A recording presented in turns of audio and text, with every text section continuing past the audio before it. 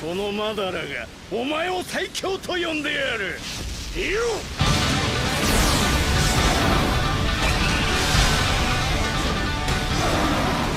The Mentors video blew up. I see you really like the video, so why not have a slightly expanded continuation of it? So for today, we'll have a second volume of Mentors showing off their power in front of their pupils. So expect some of the previous Mentors showing their chomps here, because as we all know, the most badass Mentors don't just confine themselves to one crowning moment of glory. I don't think this needs a longer introduction, so let's get on with the show. Starting off this list is Guy versus Madara.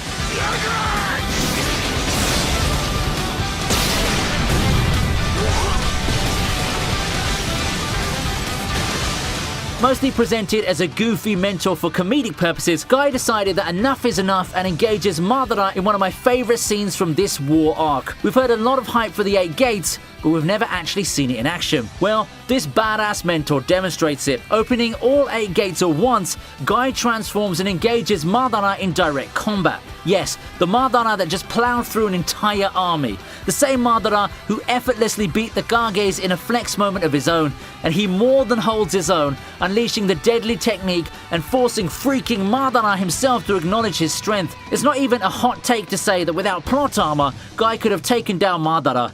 He came really close to it, and he's the first one who managed to deal that much damage to the supposedly invincible villain. A crowning moment right at the end. You love to see it.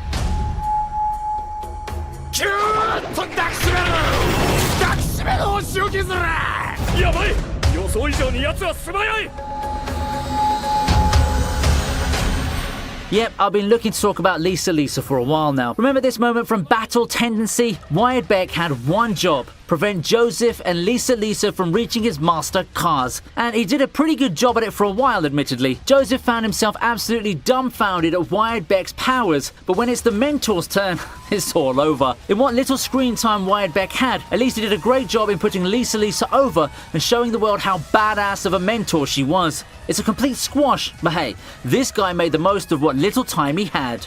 女だから戦いには向いてねえと思っていたが、動きが俺のような素人じゃねえ。びっくりしたぜ。 We move on to Gojo's Hollow Purple. 紫。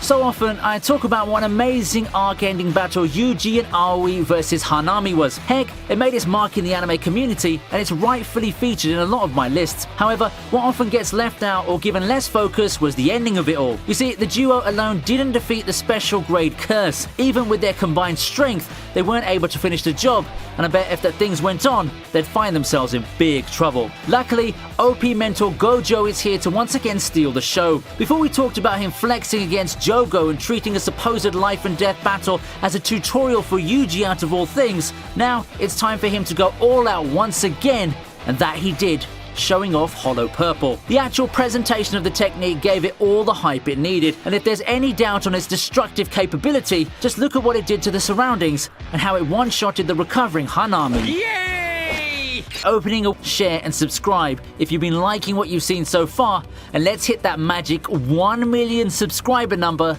by the middle of the year. Only you can make it happen, and I know you can do it, so I'm counting on you. 俺は女と戦う趣味や。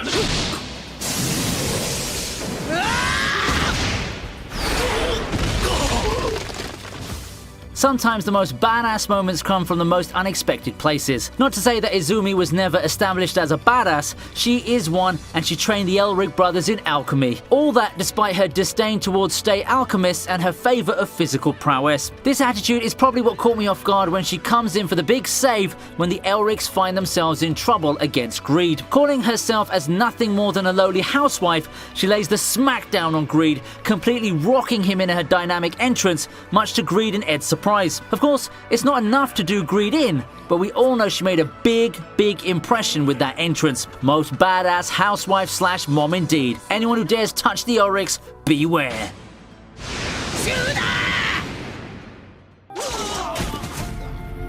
誰だ貴様。これから死ぬやつに名乗っても意味がねえ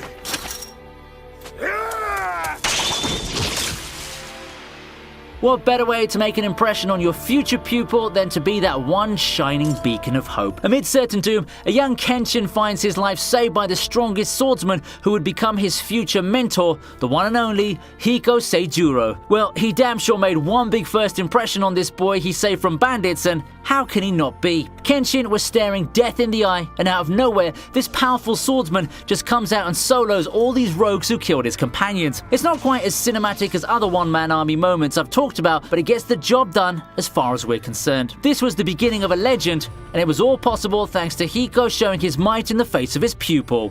お前には俺のとっておきをくれてやる。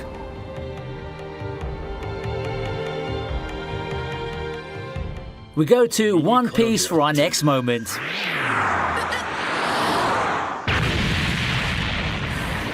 相手の気配をより強く感じる力。これが見聞色の覇気。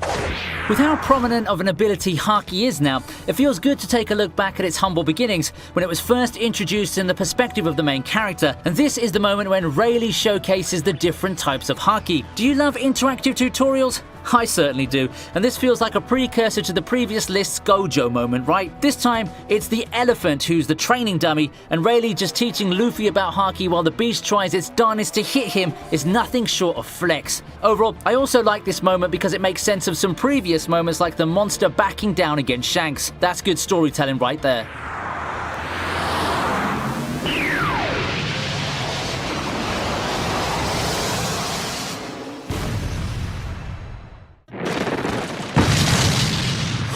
Yami makes his list return with Death Thrust.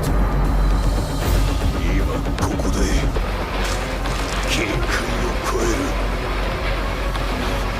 団地を務まんねえわな。 As Black Clover winds down towards its end, it never forgot to give us one more badass Yami moment to enjoy. As if showing off to the Black Balls in the moment from the previous list wasn't enough, he had to come in and save the squad once more, this time against the seemingly unstoppable Dante. Dante just finished soloing the Black Balls, but it only served as a prelude to the main event, the titanic showdown between heavyweights. Yami and Dante traded blow after blow, with it culminating with Yami pulling out one of his most badass attacks of all time. Death Thrust. The ominous looking attack had all it needed to make an impact, both in and out of universe. It also completely obliterated Dante despite all of the latter's boasting. The fight's not over, and Asta soon joins the battle, but this is definitely another mentor safe to remember.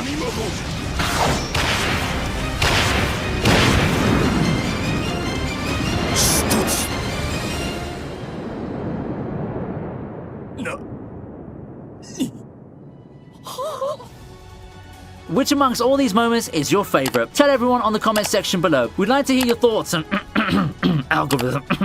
Anyway, we here at ViniiTube would be glad to have you as part of our growing communities. Discord, Instagram, Patreon. If you have any of those, make sure to join our channels on the description box and have fun with the team and fellow anime fans. Once again, thank you for watching and for all of the support. I hope you stay safe and stay strong out there, and I'll be eagerly waiting for you on the next video.